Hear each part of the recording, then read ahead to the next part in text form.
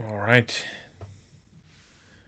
this is Pinocchio Part 3. Chapter 18. Pinocchio again sees the fox and the cat and goes with them to sow his money in the field of miracles. As you can imagine, the fairy let the puppet scream and cry a good half hour because of his long nose, which he could not get through the door. She did this to teach him a good lesson, and to correct him of the very bad habit of lying, which is one of the worst habits a boy can have. But when she saw his face disfigured from crying, and his eyes sticking out of his head, she pitied him. So she clapped her hands, at which signal 1,000 big woodpeckers flew in at the window, and, perching on Pinocchio's nose, pecked away at it with so much zeal that in a few minutes the big ridiculous thing was reduced to its usual size. "How good you are, dear fairy," said the puppet, wiping his eyes. "I love you so much." "I love you too," answered the fairy, "and if you want to stay with me you shall be my little brother, and I will be your darling sister." "I'd like to stay with you, but what about my daddy?" "I have thought of everything, and your father already knows everything. He will be here tonight." "Really?" exclaimed Pinocchio, jumping for joy. "Then, dearest fairy, if you don't mind, I shall go out to meet him. I can't wait any longer to see and kiss that poor old man who has suffered so much for me." "Go, by all means, but don't get lost. Take the road through the wood, and you will surely meet him." Pinocchio left, and as soon as he reached the wood he began to run like a deer. At a certain place, in front of the big oak tree, he stopped because he thought he heard people moving in the bushes, and indeed there appeared all at once on the road, can you guess who? The fox and the cat, his two travelling companions with whom he had supped at the Red Crab Inn. "Here is our dear Pinocchio!" exclaimed the fox, embracing and kissing him. "How do you come to be here?"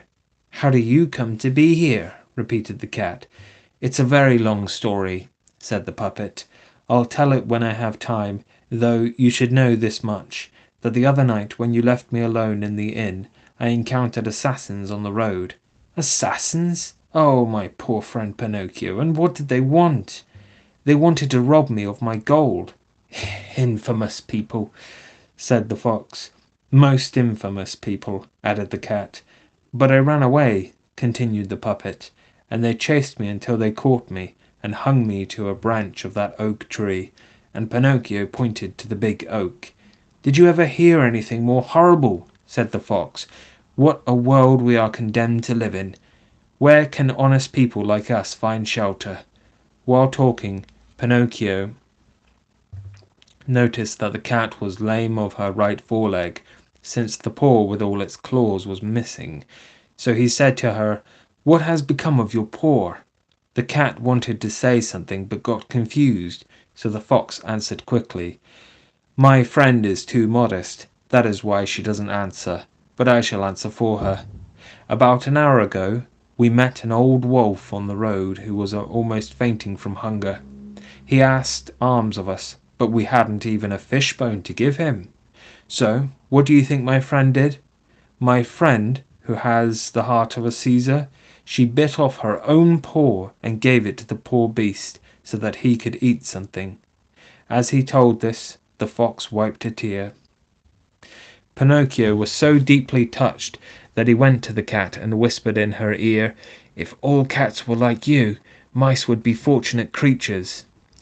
"And what are you doing here?" asked the fox. "I'm waiting for my father. He might come any moment." "And your gold pieces?" "They are all in my pocket, except the one I spent at the Inn of the Red Crab. And to think that by tomorrow, instead of 4 gold pieces, they might be 1,000 or 2,000. Why not follow my advice and bury them in the field of miracles?" "Impossible today. I'll go another time." "Another time will be too late," said the fox.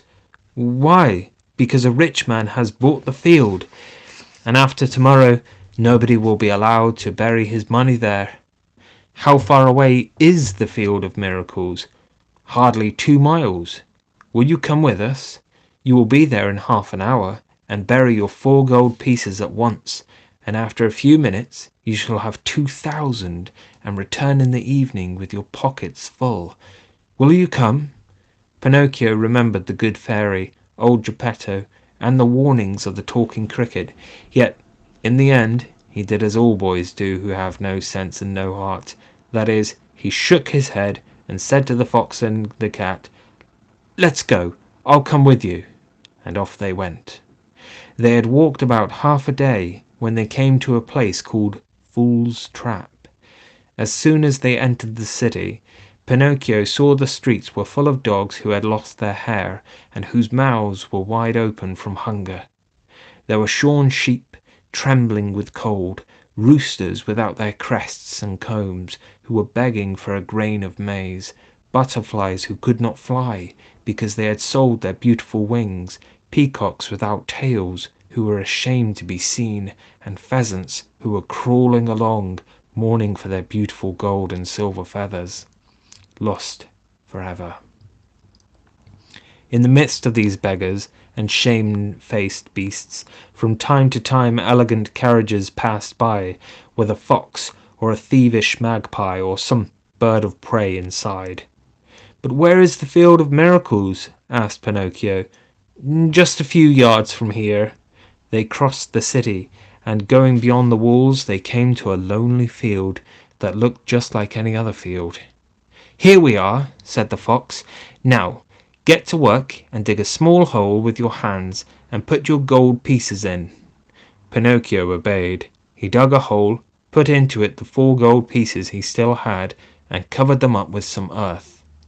"Now then," said the fox, "go to the dam close by, bring a bucket of water, and water the ground where you have sown your fortune." Pinocchio went to the dam, and as he did not have a bucket, he took one of his old shoes, filled it with water, and watered the earth which covered his money. "What else must I do?" "Nothing else," answered the fox. "Now we can go away. You must come back in about 20 minutes, and you will see a little tree already growing through the earth, with its branches covered with money." The poor puppet was beside himself with joy, and he thanked the fox and the cat 1,000 times, and promised them a lovely present. "We don't want presents," answered these 2 scoundrels. "It's quite enough for us to have shown you how to get rich without hard work. That makes us as happy as can be." With these words they said goodbye to Pinocchio, and, wishing him a splendid harvest, they went about their business. Chapter 19. Pinocchio loses his money, and he is sent to prison, where he spends 4 months. The puppet went back to town and started to count the minutes, one by one.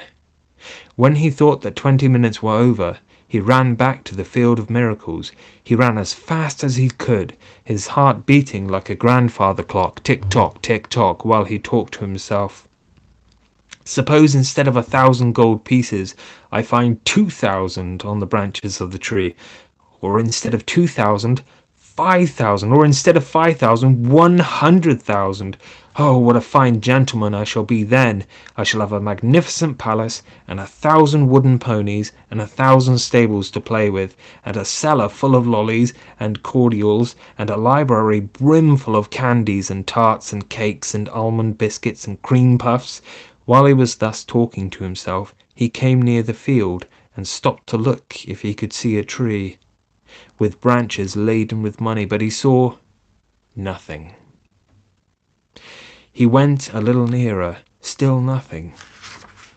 He entered the field, went to the spot where he had buried his gold pieces, and still nothing at all. He stood there pondering, and forgetting the rules and regulations of good manners, he took his hand out of his pocket and scratched his head with all his might.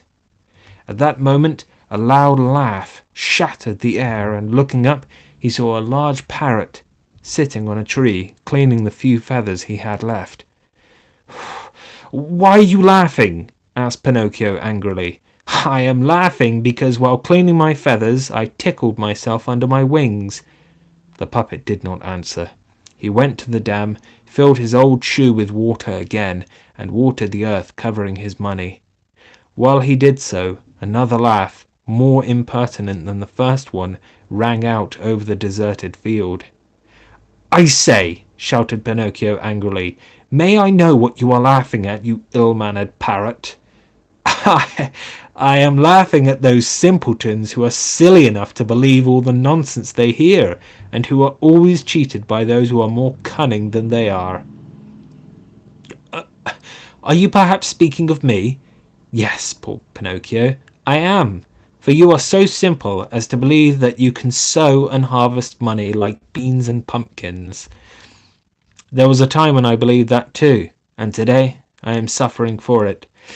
Today, alas, it is too late. I have learned that to earn money honestly, you must know how to do it with the labor of your hands or with your brains." "I don't understand," said the puppet, trembling with fear. "Patience! I shall explain it plainer," answered the parrot. "While you were in the city, the fox and cat returned here. They dug out your money and ran away like the wind. You must be a quick runner if you want to catch them." Pinocchio stood there with his mouth open, and as he did not believe what the parrot said, he began to dig up the earth he had watered. He dug and dug and dug until he had a hole big enough for a haystack, but money there was none. Then, in desperation, he ran back to the town and went to the courthouse to denounce the rascals who had robbed him. The judge was an old gorilla who was very old and looked most respectable with his white beard, but mostly for his gold spectacles without lenses, which he had to wear always because of an inflammation of the eyes that he had had for many years. In the judge's presence, Pinocchio told all the circumstances of the infamous fraud of which he had been the victim. He gave the names, surnames, and all the other details of these rascals, and finished by demanding justice. The judge, as he was very much interested in the story, listened to him with good will, and was extremely sorry for him. When the puppet had told everything, he stretched out his hand and rang a bell. At the sound, 2 mastiffs appeared, dressed like policemen. The judge pointed to Pinocchio and said, "This poor fellow has been robbed of 4 gold pieces. Take him to prison immediately." Pinocchio was flabbergasted as he heard this sentence, which came like lightning out of a blue sky. He tried to protest, but the policemen did not want to waste any time, so they put their paws on his mouth and took him to jail.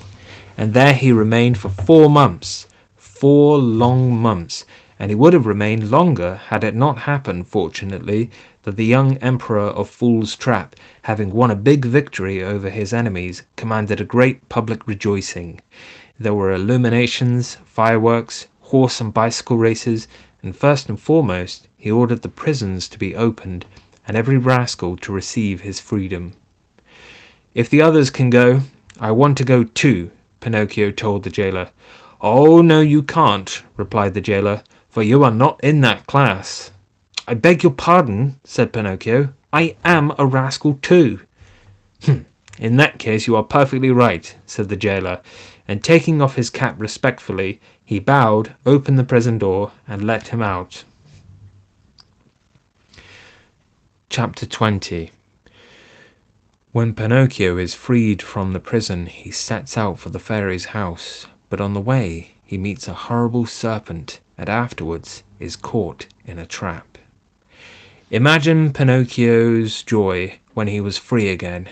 Without losing a second, he left the town and took the road that led to the fairy's little house. Because it had been raining incessantly, the mud was knee-deep, but Pinocchio was not discouraged. He was so eager to meet his father again and his little blue-haired sister that he ran and jumped like a greyhound, and the mud splashed all over him. As he ran, he said to himself, "How many dreadful things have happened to me, and I deserved them, for I am obstinate as a mule. I always wanted my own way, and never listened to those who loved me, and who had 1,000 times more sense than I had. But from now on I shall lead a different life, and become an obedient boy. I have learnt the lesson that disobedient children never prosper and never gain anything. I wonder if my father is waiting for me. Shall I find him at the fairy's house? Poor Daddy. It's so long since I saw him that I can hardly wait to embrace and kiss him. Will the fairy forgive me for disobeying her? Only to think of the good care she took of me, and the kindness she showed me. If I am alive today, I owe it to her. Could anyone imagine a more ungrateful or heartless boy than I am? Scarcely had he finished his pondering when he stopped, suddenly frightened, and went 4 steps back. What had he seen? He saw a huge serpent stretched across the road. Its skin was green, its eyes were fiery, and its pointed tail smoked like a chimney. You cannot imagine Pinocchio's terror. He went a long way back and sat down on a little heap of stones, waiting for the serpent to go about his business and leave the road free. He waited an hour, 2 hours, 3 hours, but the serpent was still there, and even from far away he could see his glowing eyes and the column of smoke coming from his tail. At last Pinocchio took all his courage in both hands, and, approaching the serpent, he said, in a very gentle, sweet, insinuating voice, "Excuse me, Mr. Serpent, but would you be so kind as to move on one side of the road, just enough for me to pass?" He might as well have spoken to a wall. No one answered. He began again with that same gentle voice. "Consider, Mr. Serpent, that I am going home, and my father is expecting me. It's such a long time since I have seen him. Would you let me pass on my way?" He waited for some sign in answer to his request, but none came. On the contrary, the serpent, who had until then appeared full of life, became perfectly quiet and almost rigid. He closed his eyes, and his tail stopped smoking. Maybe he is dead, thought Pinocchio, rubbing his hands together joyfully, and without further ado he made to jump over him. But just as he was going to jump, the serpent rose suddenly like a spring, and the puppet, in his fright, jumped back, stumbled, and fell. It was a very clumsy fall, for his head got stuck in the mud and his legs up in the air. At the sight of that puppet standing on his head in the mud and kicking with all his might, the serpent was seized with a fit of laughter, and he laughed and laughed and laughed until he burst a blood vessel in his heart and died. And now Pinocchio started to run again as fast as he could, as to reach the fairy's house before dark. But he got so terribly hungry that he jumped over a hedge into a field to pick a few bunches of muscatel grapes. Would that he had not done it. He had barely reached the vines when, crack, his legs were caught by 2 sharp irons. The pain was so terrible that he saw countless stars of every hue dancing in the sky.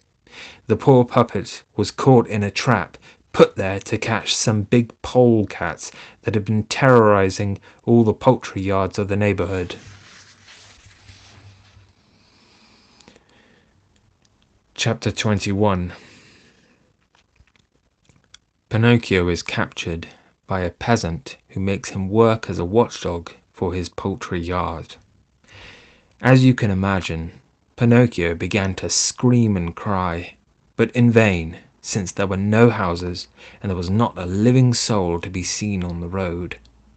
Meanwhile, night came on, partly because of the pain caused by the trap which cut his leg, and partly because he was afraid to be alone in the dark in the middle of the fields.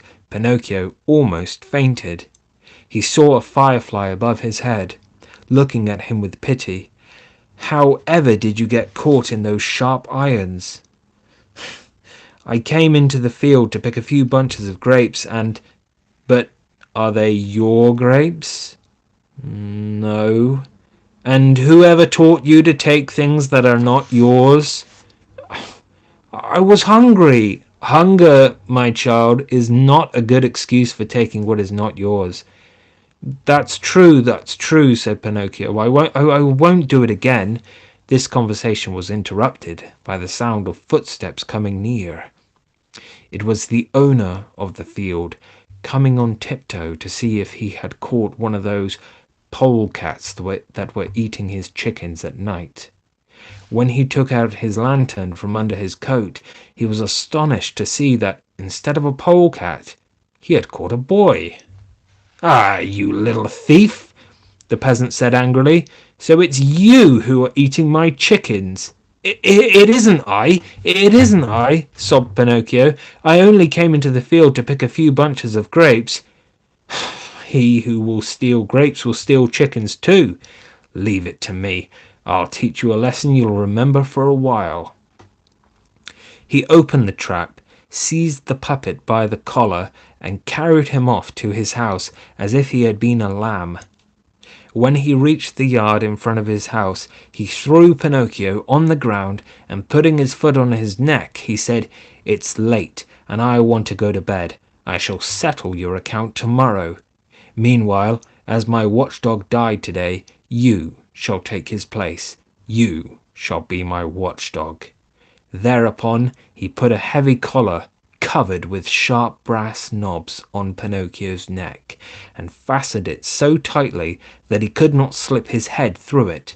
A long iron chain attached to the collar fixed it strongly to the wall. "If it rains tonight," said the peasant, "you may go into that little kennel and lie down.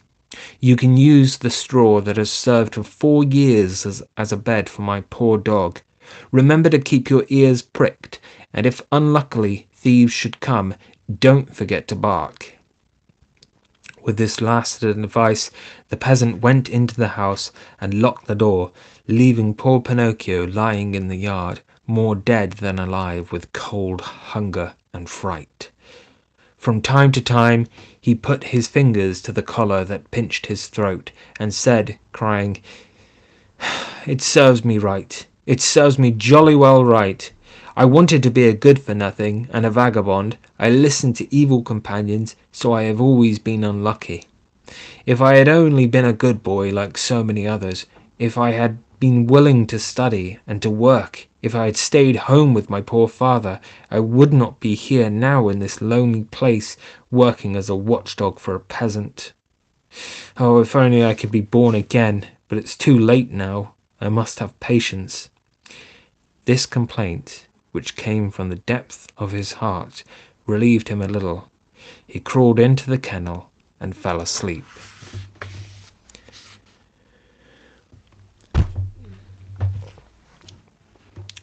Chapter 22. Pinocchio discovers the thieves and, as a reward for his faithfulness, is set free. He had been sleeping soundly for over 2 hours, when about midnight he was wakened by the sound of strange voices that seemed to come from the yard. He stuck the point of his nose out of his kennel and saw 4 animals with dark fur that looked like cats. They were polecats, meat-eating animals that are especially fond of eggs and young chickens. One of them, leaving his companions, came to the door of the kennel and said in a low tone, "Good evening, Melampo." "My name is not Melampo," said the puppet. "Who are you, then?" "I am Pinocchio." "And what are you doing there?"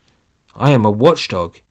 But where is Melampo? Where is the old dog that lived in this kennel?" "He died this morning." "Did he? Poor beast. He was so kind. However, judging by your looks, you seem to be a good-natured dog too." "Excuse me, I am not a dog." "Ah, what are you then?" "I am a puppet." "And you act as a watchdog?" "Alas, I have to do it as a punishment." "Well, we might make the same bargain with you that we made with old Melampo. I'm sure our conditions will satisfy you." "And what might they be?" "We shall come to the poultry yard 1 night a week, as in the past, and carry off 8 chickens. We shall eat 7 and give you 1, on condition, you must understand, that you pretend to be asleep when we are here, and never bark or wake up the farmer." Is that what Melampo did? Yes, indeed, and we always got on splendidly together. Now sleep quietly, and you can be sure we shall bring you a chicken for your breakfast, ready plucked. Do we understand each other? I understand only too clearly, answered Pinocchio, shaking his head menacingly as if saying, We'll soon see about that. When the four polecats thought they were safe, they went to the poultry yard, which was near the kennel. They opened the wooden door with their teeth and claws, and slipped inside one after the other. But scarcely were they all inside when the door was shut with a loud bang. It was Pinocchio who had shut it, and to make sure he put a big stone against it. Then he started to bark, and he barked just like a watchdog. Bow, wow, wow, wow! When the peasant heard him barking, he jumped out of bed, and taking his gun, he came to the window and called out, What's the matter? The thieves are here, cried Pinocchio. Where are they? In the poultry yard. I'm coming right away. Quicker than you can say amen, the peasant had come.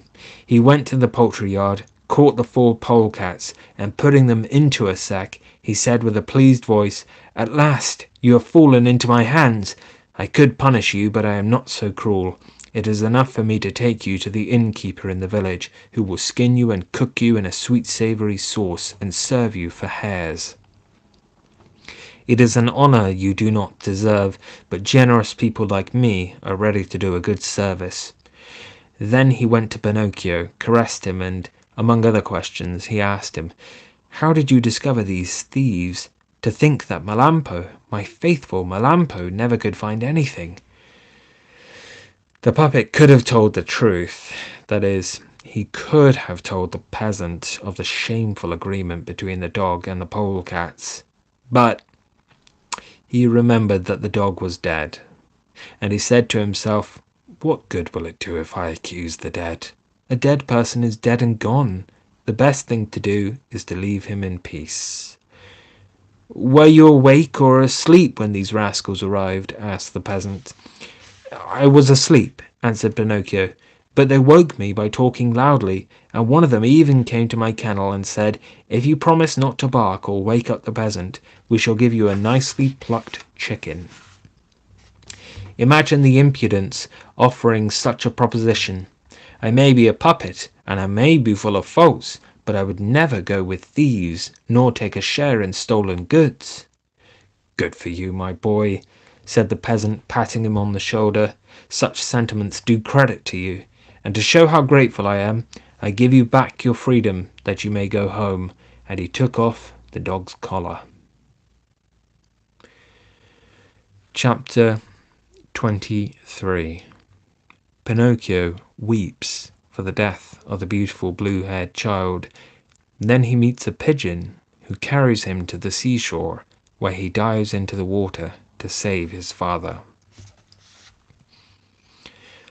When Pinocchio was freed from that heavy, humiliating collar on his neck, he started out across the fields, never stopping for a second until he reached the roads which led to the fairy's house. When he reached it, he stopped to look down on the countryside. He could see plainly with his naked eye the site where he unluckily met the fox and the cat. He could see the wood with the big oak on which he had been hanged, but although he looked everywhere, he could not see the little house where the lovely blue-haired child had lived. Driven by a sad foreboding, he ran with all his might, and in a few minutes he reached the field where the little white house had once stood. But the little white house was no longer there. Instead, there was a little piece of white marble on which these sad words were engraved. Here lies the blue-haired child who died of sorrow on being deserted by her little brother, Pinocchio. I leave you to imagine the puppet's feelings when he had spelt out this inscription. He fell to the ground and, kissing the cold stone 1,000 times, burst into a flood of tears. He cried all night, and at dawn he was still crying, although he had no more tears. His wailing and moaning was so loud and penetrating that it was echoed from all the neighbouring hills. As he wept, he said, "Oh, dear fairy, why are you dead? Why didn't I die? I, who am so wicked, instead of you, who was so good? And my father, where is he? Oh, dear little fairy, tell me where I can find him, for I want to stay with him forever and never, never leave him. Dear fairy, tell me it is not true that you are dead. If you really love me, if you love your little brother, come to life just once more. Come back as you were before. Are you not sorry to see me here alone, abandoned by everybody? Should the assassins come again, they will hang me, and then I shall be dead forever. What can I do alone in the world now that I have lost you and my father? Who will look after me? Where shall I sleep? Who will make me a new jacket? Oh, it will be better, 100 times better, if I die too. Yes, I want to die. Boo-hoo-hoo. In this desperate state, he tried to tear his hair, but as it was made of wood, he could not even stick his fingers through it. At this moment, a large pigeon, flying high above him, stopped with outstretched wings and called to him, "Tell me, child, what are you doing down there?" "Don't you see? I'm crying," said Pinocchio, looking towards the voice and rubbing his eyes with his jacket. "Tell me," continued the pigeon, "do you know among your friends a puppet called Pinocchio?" "Pinocchio? Did you say Pinocchio?" shouted the puppet, jumping to his feet. "I'm Pinocchio." At this answer, the pigeon quickly alighted to the ground. He was larger than a turkey. "Do you know Geppetto too?" he asked. "Do I know him? He is my poor father. Has he spoken to you of me? Will you take me to him? Is he still alive? Tell me quickly, for heaven's sake, is he still alive? I left him 3 days ago on the sea coast." "What was he doing?" "He was making a little boat to cross the ocean in. The poor man had been wandering around the world for more than 3 months and looking for you. As he couldn't find you, he decided to search for you in distant countries." "How far is it from here to the sea coast?" Pinocchio asked anxiously. "Nearly 600 miles." "Nearly 600 miles? Oh, dear pigeon, what a fine thing it would be if I had wings like you. If you want to go, I shall carry you." "How?" "Astride on my back." "Are you very heavy?" "Heavy? No, indeed. I'm as light as a feather." Without wasting another word, Pinocchio jumped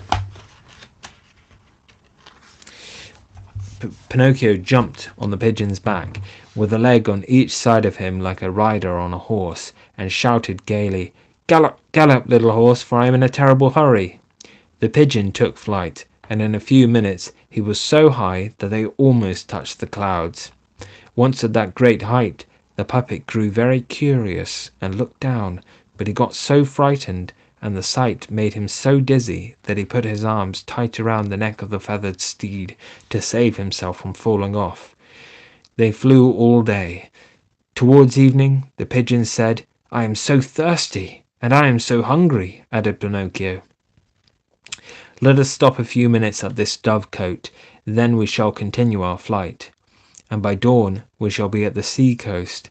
They entered a deserted dovecote, where there was nothing but a basin of water and a basket full of green seed. The puppet had never in his life been able to eat green seed, for, as he said, it turned his stomach, but that evening he could not eat enough of it, and when the basket was empty, he said to the pigeon, "I couldn't have believed green seed could taste so good." "You will learn, my lad," replied the pigeon, "that when you are really hungry and there is nothing else to eat, even green seed becomes delicious. Hunger is the best cook." After having finished this little meal, they did not rest, but continued their journey. The next morning they arrived at the seashore. The pigeon stopped to let Pinocchio dismount, and then quickly flew away. He did not want to be thanked for having done a good deed. The beach was full of people who were shouting and gesticulating as they looked out to the sea. "What happened?" Pinocchio asked of an old woman. A poor father has lost his son, and he intends crossing the sea in a small boat to search for him, but the waves were so high that the boat will capsize. Where is the boat?" "Right there, where my finger points," said the old woman, pointing to a little boat which, at that distance, looked like a nutshell with a very small man in it. Pinocchio looked closely, and uttering a piercing cry, "It's my father! It's my father!" Meanwhile, the little boat, thrown by the angry waves, once disappeared completely, then reappeared on the top of a wave. Pinocchio, standing on a high rock, called his father by name again and again, signaling with his hands and his cap and with his handkerchief.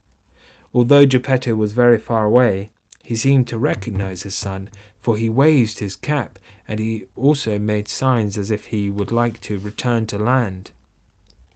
But the sea was so furious that he could not use his oars. Suddenly there came a huge wave, and the little boat disappeared again. They waited to see it again. "Poor man," said the fishermen who were standing together on the beach, and murmuring a prayer, they turned to go home. Suddenly they heard a desperate shout, and looking back, they saw a boy jumping into the sea from a rock, crying, "I will save my father." Pinocchio, being made of wood, floated easily and swam like a fish. They saw him disappear under water, beaten about by the waves, and then he reappeared in the distance. Now a leg appeared, now an arm, but at last they lost sight of him altogether. "Poor boy," said the fishermen on the beach, and murmuring a prayer, they went home.